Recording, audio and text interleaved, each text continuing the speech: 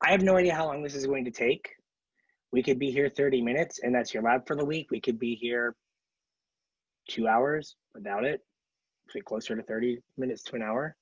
I wanted to go over some of the basics of using Scifinder so that, I guess I shouldn't share my screen until I sign in, so that you know how to use it beyond that like little 5-minute video that the library had, because I'm assuming they're just kind of using it like Google and they don't understand the finer points.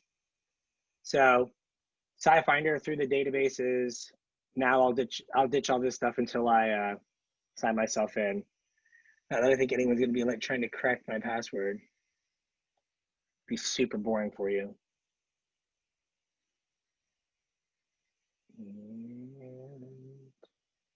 Bring it. Okay. So there is the kind of the basic search here where you could search for, let's say, the heck reaction, right? And just search and get a bajillion different things.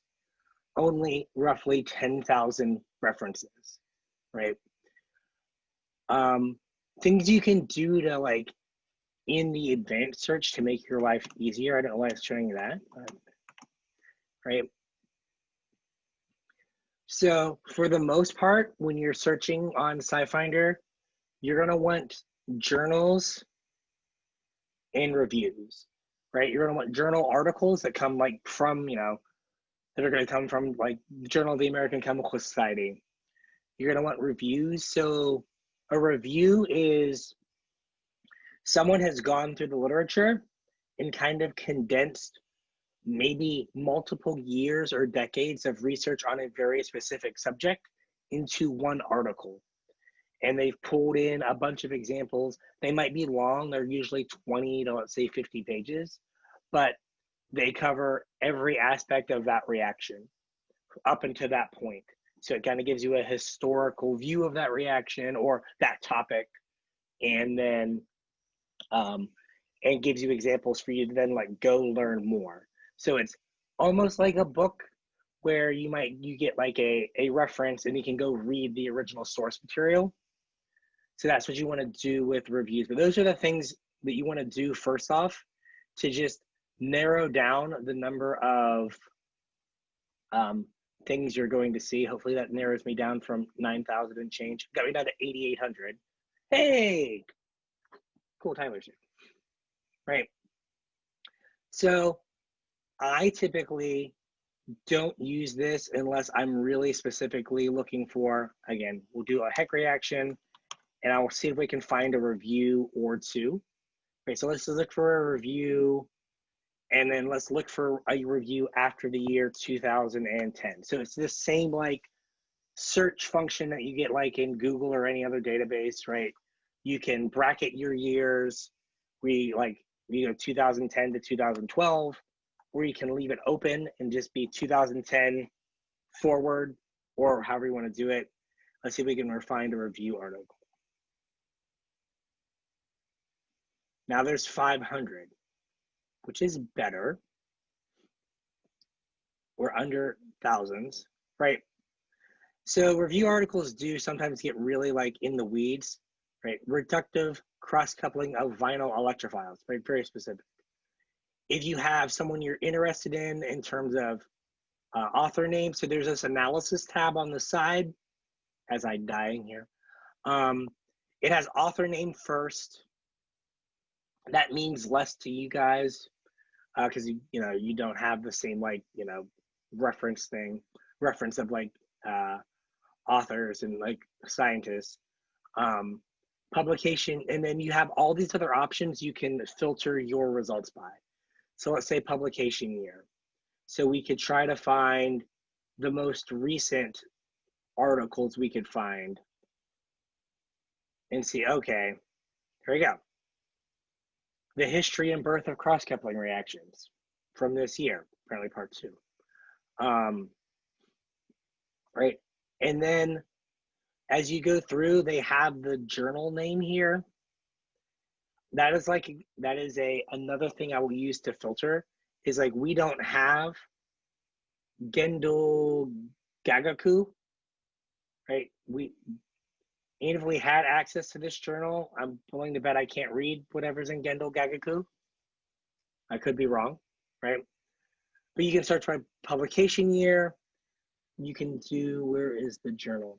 Journal name. So for the journal names, I like try to like the kind of the gold standard are things from that are ACS publications. So I try to find ACS publications when I can. So like ChemRev, this is an ACS publication.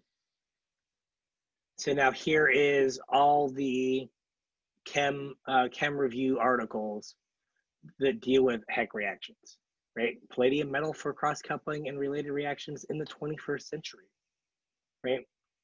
And this is 46 pages only about cross-coupling reactions, right? So I use the like topic search to look for usually reviews. It's hard to like find a specific paper. I think there you can also search by author name. So a similar search, like if you were like, super vain, I don't know. I don't know. Right, there's a lot of me, right? So I do believe this is me, and this is me, and the Hall one's me as well. So these three are me, right? And then this will bring up everything I've done. This one's not me. Who are you? Who's this imposter? Yeah, this one's not me. This one's me, right? So all the abstracts of like every poster I've ever done, you can find. So every poster abstract that's been presented at an American Chemical Society poster session, like at a CERMAX, like a regional meeting or a national meeting, they're all here. And most of mine are poster presentations. But like if you start like, so then you can start seeing all the people that I like have worked with throughout the years. So like all my various students all start to show up. But so if you're looking for, let's say you read a paper by someone and then you wanted to find more papers by that same author, this is the quickest way to do it, is to just like author search and just use the main author in the paper. Do you guys know how to tell like who the corresponding author is in a paper? Do you even know what that term means? Let's see if I can bring up the paper real quick. So there's usually one author in a paper that is the corresponding author. Let's see if I can find what I did for you guys. And that author is kind of the one that is usually the main author or the author that is in charge of like the actual lab. So let's bring this guy up real quick. Yay. Stop share, start a new share.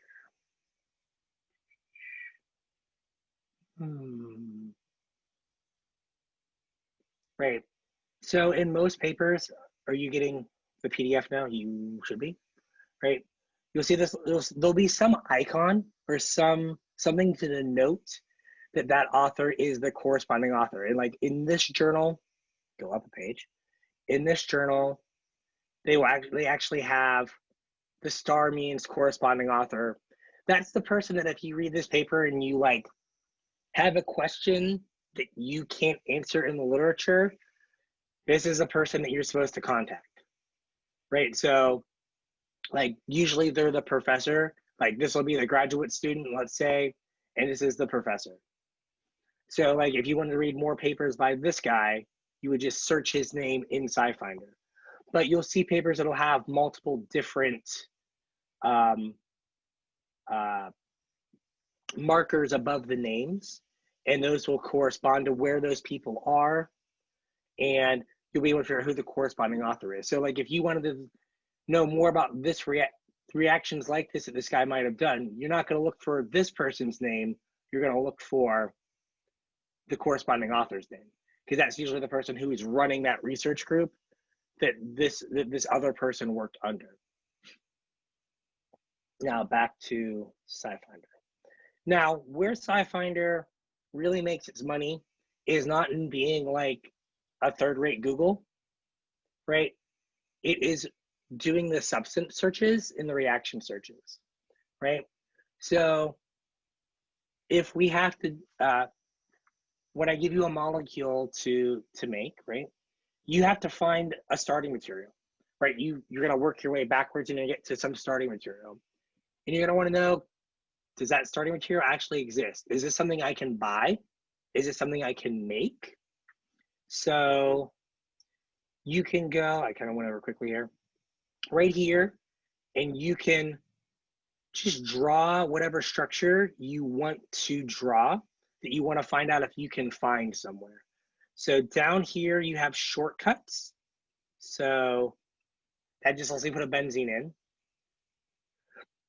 This lets me put in that. And then you've got your frequently used atoms in organic chemistry. But then if you click the atoms, you have the whole periodic table. You can add whatever you want. Close that for a second. So let's say I wanted to look for something I know you can buy, but there aren't very many of them. Let's say I wanted to start with this as a starting material. Now, what's nice about Scifinder is it's pretty forgiving on how you draw stuff, right? So even if I drew this like super ugly, Scifinder doesn't care. If you're like, right?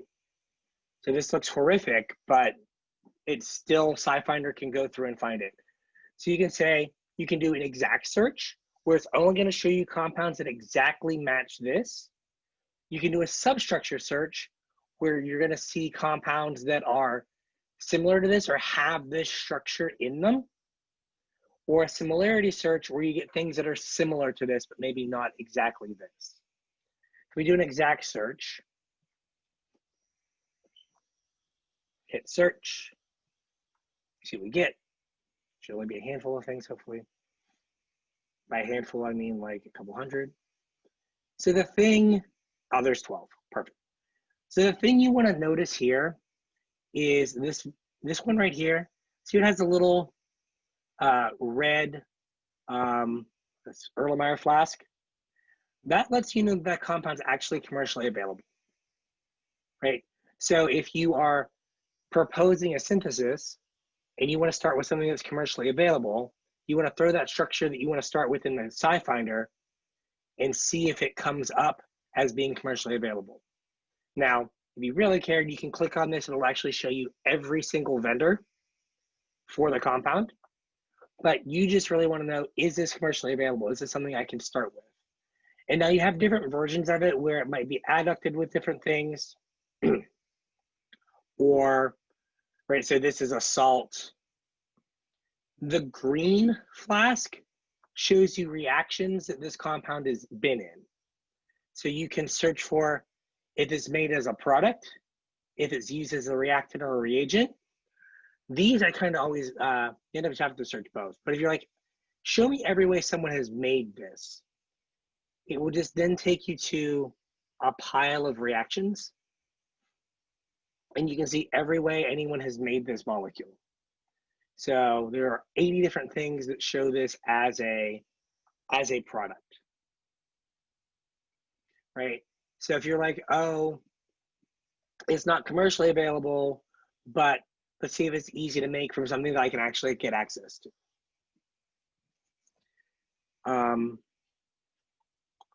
As you go down, like you'll see ones that have like deuteriums or other things on them, but usually either at the very top or the very bottom, you'll find your commercially available stuff.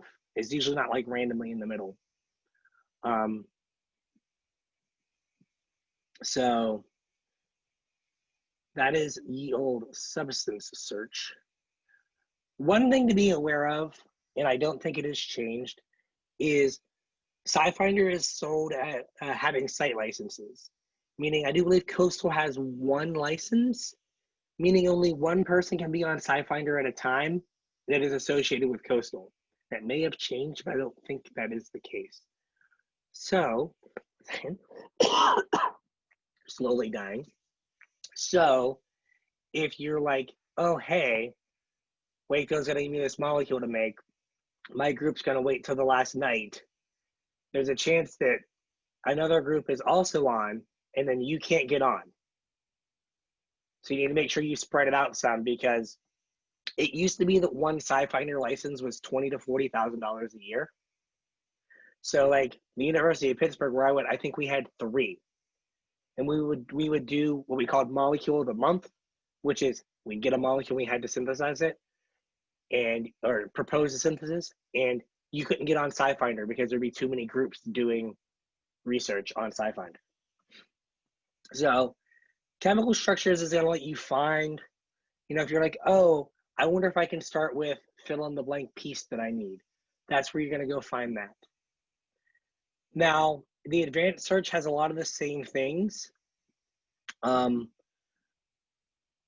Oftentimes, again, I will just do journal and review articles if that's an issue. Oh, sorry.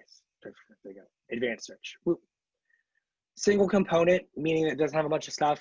You can just automatically only have it show you stuff that's commercially available to get rid of everything else. So you can just narrow it down, especially if you like put something in and you get like 300 hits.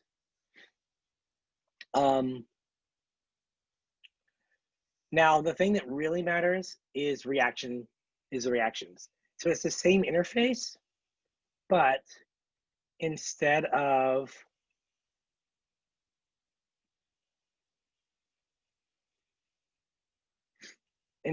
just showing you one compound, 1, 2, 3, 4, 5, 6, you can have it actually search for reactions, right?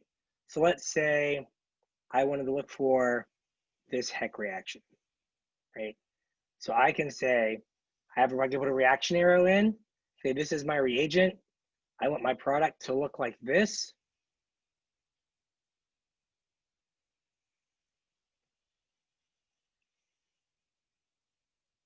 Oh, forgot another bond. Forgot a carbon. There you go. Right, and you can just search this, and it will show you every kind of reaction where you have something that looks like this. And this should give us a bunch of results, and then we can like narrow down from there. 1,200 results, right? So you can kind of see this kind of matches, right? But you can go through and say, all right, you can tell the program exactly what bonds you want to make in the course of your reaction. So if you go, you can analyze it and look at different reagents, or with like 1,200 results, you can go to the structure editor and say, well, actually, this right here lets you map atoms. So you can say, well, this carbon in my starting material is going to be this carbon in my product. This carbon in my starting material is this carbon in my product. So you can start to have it kind of figure out what kind of bonds you're making. This will let you actually mark, this is a bond that I'm making or breaking in the reaction. So that will let you narrow down your, okay, so we had 1,200. Let's see how many we have after we do this.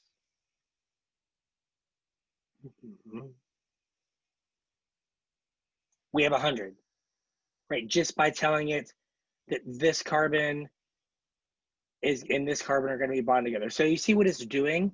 It's looking at like, hey, here's a double bond. Here's some carbons, right? So then you can kind of scroll through. You can also, if you want to try to get it to do a heck reaction needs palladium, right? So you can, from the atoms, you can throw in, I can find it, palladium. So now hopefully it will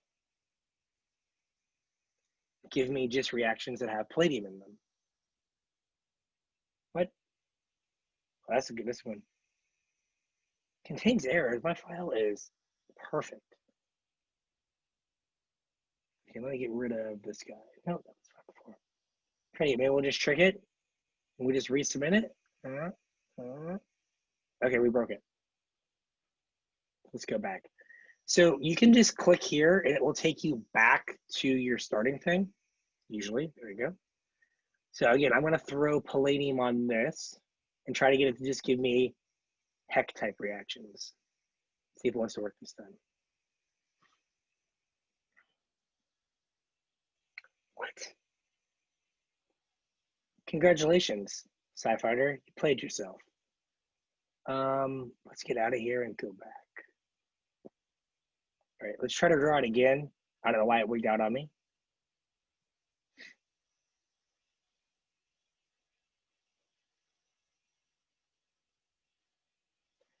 So also, let's go over this real quick. Let's see here. 1, 2. So I had put, I'd put bromine here. But right, we know a heck reaction can work with an iodide, a chlorine sometimes, a bromine. It can work with different things. This little X group here lets you draw variables. So you can just put this as an X, and this can just now be any halogen. So you don't have to know what halogen that someone else used. You can just be like, as long as there's a halogen there, I'm good. Let me know if that works. So again, will you let me, are atoms going to work today? Palladium. Now when I draw my arrow, that's when it assigns everything roles. And it's smart enough to know if you put something over here, it should be a reactant.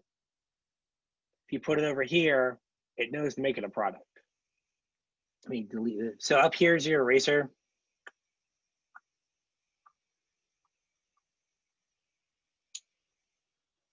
And we'll draw the same product. See if it wants to work now with palladium as a reactant. Again, we'll go this bond here, this bond here, here to there. See if it wants to work. I've never got that little pink bar before, at least not that I remember. Is it just, are atoms broken? It's weird. What if it's just adding palladium broke it? Atom palladium broke it. So I had 100 before, I have 196 now. Now, so what you'll see here in these, you'll see 1.1, 1.2. This is all the steps that were done in a single step. So this is step 1, part 1, step 1, part 2, right? And if you go down, there's usually, they start to get longer and longer. Like you'll see 1, 1, 2, 2, 1, 2, 2, right? And they'll just get long. What you can do, here's one that goes to 3, is right, it becomes really hard to follow exactly what's going on and if the reaction you actually care about is actually happening. So what you can do is in the refine, or when you search, you can search by number of steps. You can say, only show me stuff that has 1 step. And then that'll filter out all those things that end up being super long, because what'll happen is it'll show you the first step that does what you want, but then it'll show you the next reaction under, it'll be that same reaction, step 1, then step 2. Then I'll do under it, step 1, step 2, step 3. So you can do this and just eliminate all of that. And then what you can, at like 70, I know 70 sounds like a lot, right? But at 70, you can start flipping through and see if it's the reaction that you want. So we wanted, a heck reaction. So we can look at reagents and see if anything here has palladium. So there's no palladium unless this, whatever that is, where are you, is palladium. Okay, so I should tell you what that number is. That is not palladium. So these numbers, when they give you the numbers over here, that's the CAS number. So every compound that has ever been made has been given a chemical abstract service number, CAS number, and that's what this number is here. This number is the CAS number. So it's something that they can't easily put in one line. So they just put the CAS number. So if you scroll through here, you can start to look for, are there things that look like a Heck reaction?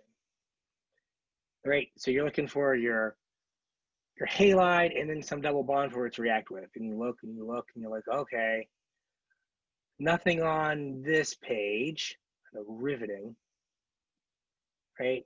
You can look, okay, they did something, but what is, okay, if you have a reagent or something, you don't know what it is, if you click the quick view, it'll actually bring up, here you go. So here is palladium. So is this a Heck reaction? Let's see here. So this is not a Heck reaction, but it's something similar. So then because we're associated with Coastal, they have subscriptions to a lot of journal articles. So if you click this other sources, yeah, I'm sure this is as fun for you to listen to as it is for me to do. It will actually pull you out, hopefully, to, I should just be able to click available online and then to this, I've only done a few times. It's here. And then this should take you to the actual journal. And we're gonna log in and it'll take you to the actual paper. So you're like 2 clicks from Scifinder to the actual paper, where then you could go get the PDF of the paper and read the paper. So if you find something that's interesting over here, you can just click through and in a few clicks get to the actual paper. So usually things will open up as like an HTML document. I'm old, I don't like reading them this way, right? I prefer to just take a second and download the PDF. And the PDFs look exactly like they would, anytime now, and exactly like they would if they were, this is how they're put in the actual journal. So the formatting's a little bit neater and it's easier to follow along. So I was trying to download the PDF of whatever paper I'm looking at. So, right, we can go back and we can go back to saying, hey, do we have a Heck reaction? Let's see here. I don't think we do, because when we look at the reagents, I really don't see, there's no palladium. So maybe this wasn't a good example. So it's like, all right, well, maybe I need to find a different way to do this reaction or a different way to search for it. So, you know, maybe your substrate was a little more complicated. Maybe you wanted to have a ring here, let's say. Or sometimes you might be like, I'm not getting enough results. Let me simplify what I'm doing and get more results. And then see when I refine them, if I can look at, let's say, the reagents and see, can I find palladium or palladium catalyst in the list of reagents to do this reaction? And you're like, no. So it's like, maybe there's not a Heck reaction for this. Maybe we need to do something different, right? Maybe I need to, we'll find something.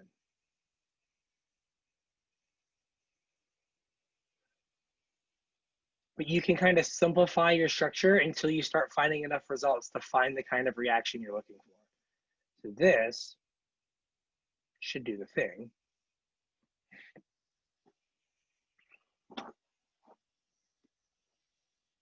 Same stuff, different day.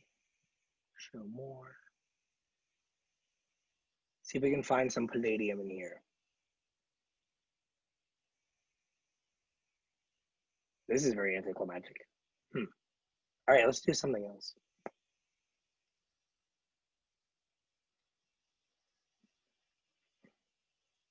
So here, you just clear out and you get a whole new screen.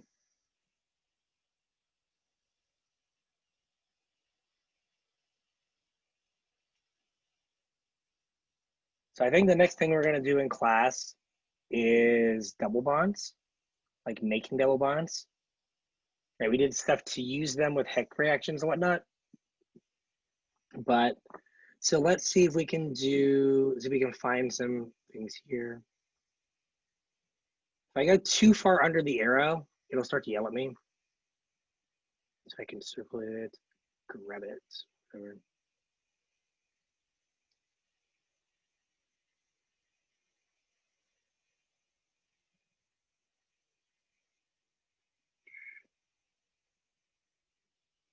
So this is a Horner-Watson-Emmons reaction, right?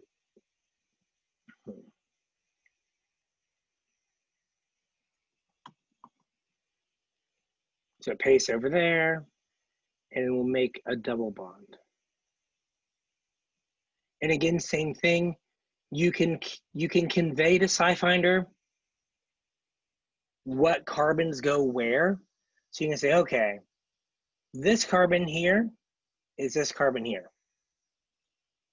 This carbon here is this one. This is this.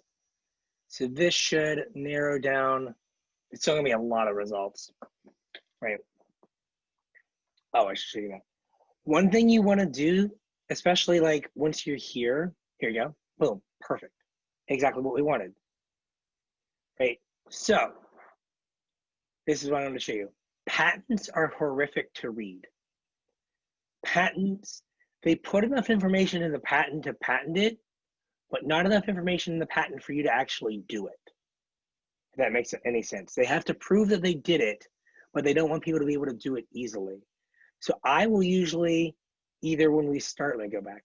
When you start, you can come down here and you can, I will always pick sources other than patents because I've never really been able to look at a patent. Like I've printed them out, I've looked through them, but you never get enough information from a patent to actually run the experiment that you're trying to run, right? So I always will remove patents, I will search, and that will get rid of a bunch of like kind of useless papers that you can't actually use. And so I still get the reaction from like a journal that is something I can actually get to. So in a paper, so let's say we were going to do this procedure. We were like, oh, hey, this is what I want to do. Let me get the paper. Right. There are two things you look at, and I kind of showed you these on in what I sent you out about the Suzuki reaction. Is you have the PDF, which I showed you, right? In the PDF is the journal article is the explanation of what they're doing and why, right? You've got your introduction that is kind of telling you why this is important, and then that transitions into what they actually did and some data. Oh, this looks super boring. Right. And then like all the examples that they've done, if they did a bunch of examples, if they're like, hey, we were trying to show that this reaction works on a wide range of substrates, here you go, right? And then at the end, they'll have their references, and depending on the type of journal, they might have their more detailed procedures in their references. But for good journals like ACS journals, there's this thing called supporting information. And the supporting information is where you have actually how you do all your reactions. So in the actual paper, they're going to talk about what they did, how things worked, and the results. But the supporting information, usually significantly longer than the paper, right? This paper is 9 pages. The supporting information is 208 pages. And this is where they show you exactly what they did and all the spectra and all the data for all your for all the compounds they made. So, all right, so let's say we want to look at, oh, I did not even know, preparation of the enones. Right, so they're going to tell you how they made all of these compounds. And they'll either go through compound by compound and tell you exactly how they did it, or they will do something like this where they have a general procedure where they just say, hey, we made all these compounds the exact same way. Here's how we did it. And then as you go down, you should be able to find the actual compounds. Well, it will transition into all their NMR data. But let's see here. So let me find one of these enones. I thought I had a stroke. Just saw bright light. It's that Rona. Mm-hmm.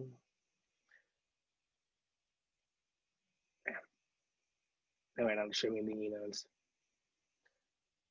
So as I'm flipping through all this stuff, stop it. Yeah, perfect. Right.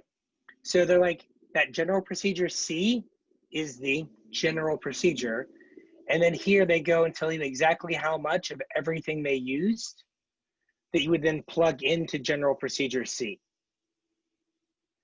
And now you have here, then they're like, okay, general procedure C, then they describe the compound for you and how they purified it.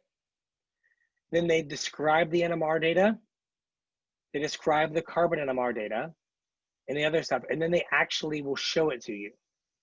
So if you make this compound and you get an NMR and a carbon, you can compare your data to the data that that they've provided you. So you can know if you made the thing that you were supposed to make by comparing your NMR data to their NMR data. So all of this is for you in the supporting information. So the paper is going to tell you like what they were trying to do and why. The supporting information is going to tell you exactly how you can do what that person did. So here you can figure out exactly how to make this compound. So if you wanted to make this compound, you follow these instructions, you should make that compound.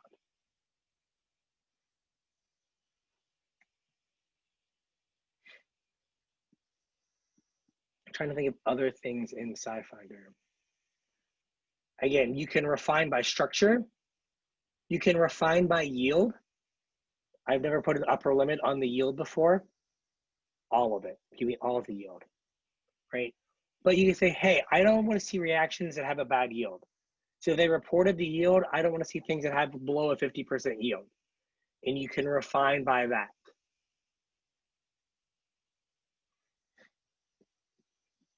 Right, and that got us from 2,300 reactions to 480. So now we're only looking at good reactions that actually have a reasonable yield.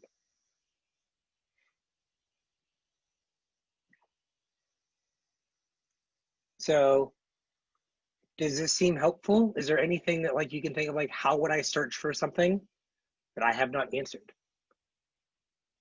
Because I think the most powerful part of Scifinder is drawing a reaction and having it spit out all the examples so that then you can find stuff.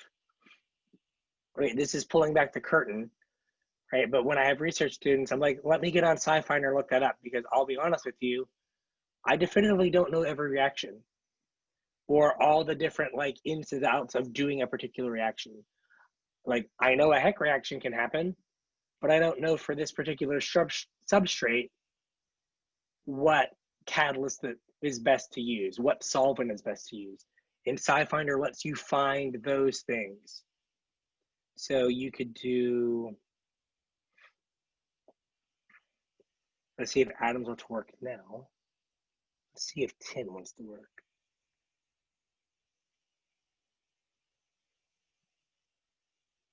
Okay, this is a super broad Stille reaction. Say I want to do this and I want to make something that looks like styrene. Oh, if you leave something blank on Scifinder on a structure, All right, so this is important. Let's say if this doesn't have anything on it, at this carbon right here, it will put any, Scifinder will just will give you results that put anything there. If you specifically want this to be a hydrogen, you have to draw that there's a hydrogen there. Anything that you leave like unfilled on the skeletal structure, Scifinder will vary that. So if you want this to be, let's say, a terminal alkene, and you want to have a carbon here, you have to draw in those hydrogens so that Scifinder knows, hey, I'm only supposed to look for hydrogens off of this carbon. I'm not allowed to look for anything else.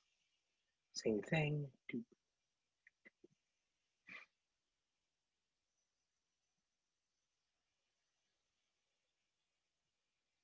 Now, hopefully this gives us something.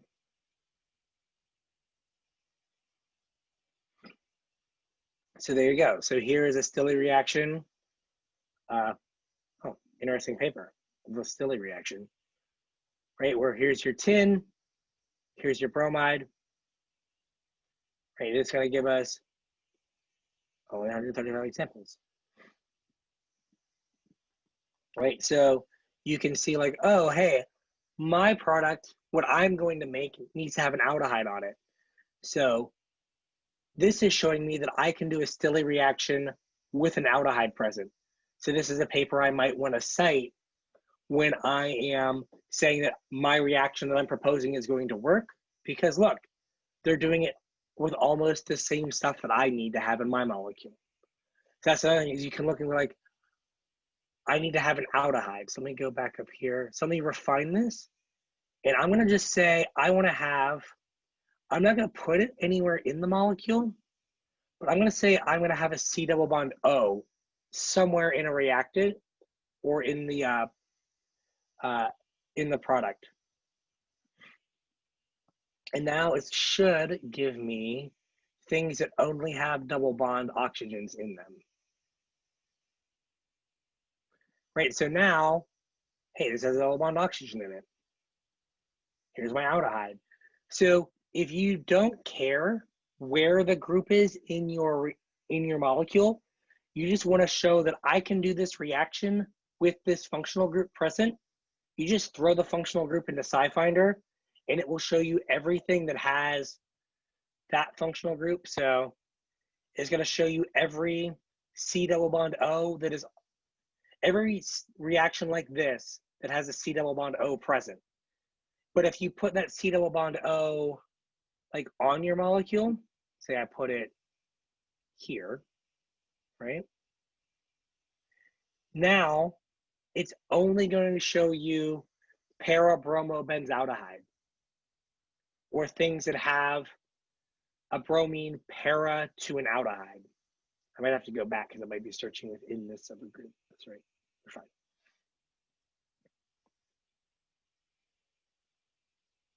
So now it's only going to show me these. So now I'm down to 12 different reactions that have para-bromobenzaldehyde or some derivative therein.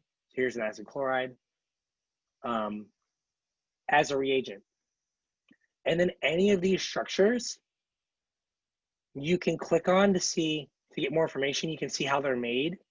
So I click the little arrow up here, and it's going to tell me, you can look up, how do I synthesize this? And it'll show you the synthesis. It has the little red flask under it. That means it has commercial sources. It means you could buy it as a starting material. So the little red flask anywhere in Scifinder means you can buy that compound. As a general rule,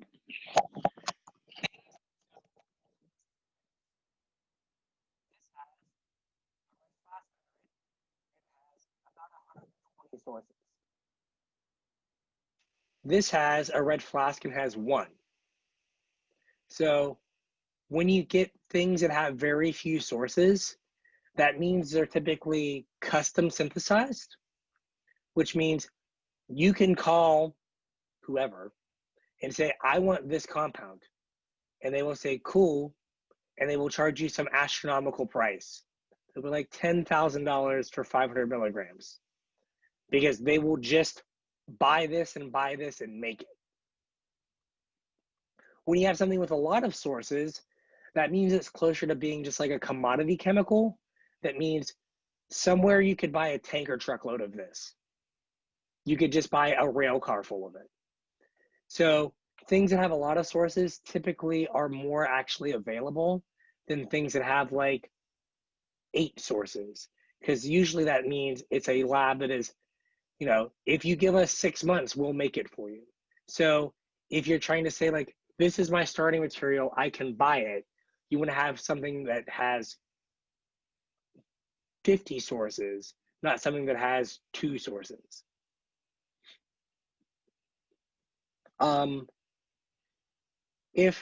Since thankfully we're on campus, or can trick the Scifinder thing, we're on campus, we can always just get the paper. But if you don't have access to the paper, you get like 5 a year where you get to look up the whole procedure using this view more thing. If you're like an ACS member, you get a few more. But thankfully you can get your paper, we can get our papers. So does this seem helpful? As opposed to just saying, you have Scifinder, figure out how to use it. My instructions as an undergrad were, you can draw stuff really ugly, it doesn't matter. And I was like, okay, that was what I got. Right, so you can go through, and again, for something where you don't know what you're doing, that's the right word, where you don't know what's possible, right? So you can say, hey, I want to start over. Can I do this, right? Can I have this? Pick an option. And can I somehow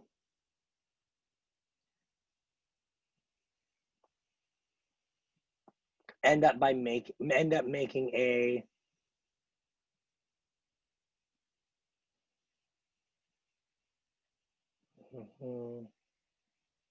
This here, I'm going here in a second. Or I'll see where I'm going here in a second.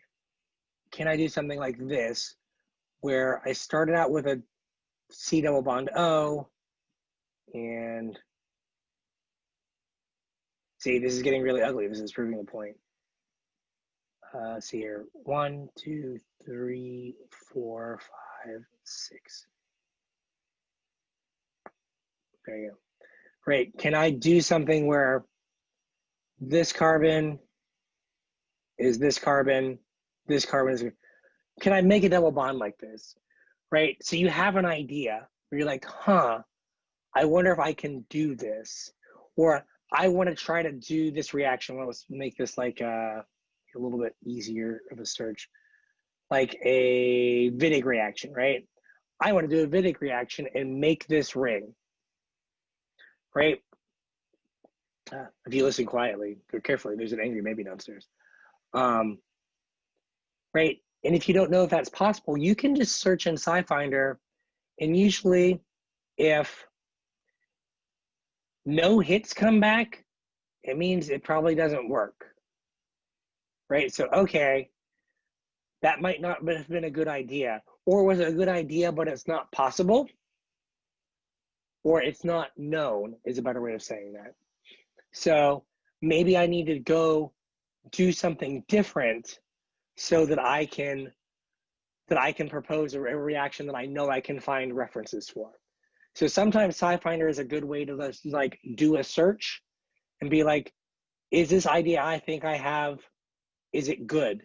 Is it something that will actually will, stand up to scrutiny?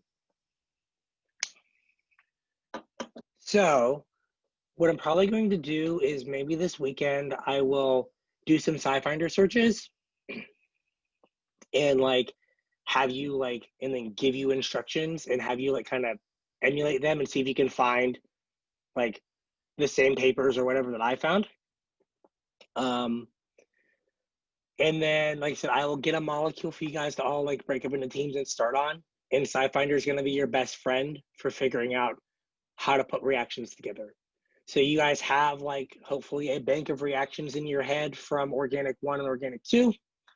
Hopefully I'm going to put some more reactions in there for advanced organic, and you'll be able to start thinking about how to put together a molecule. And Scifinder is a big part of that. Does anyone have any questions? Again, this is the crash course. If you start doing it in 3 weeks and you're like, I can't figure out how to do X or Y, I am more than happy to help you. But this is just the first introduction to all the different things Scifinder can do. Most importantly, the reaction searching. So now I will shut up. Any questions?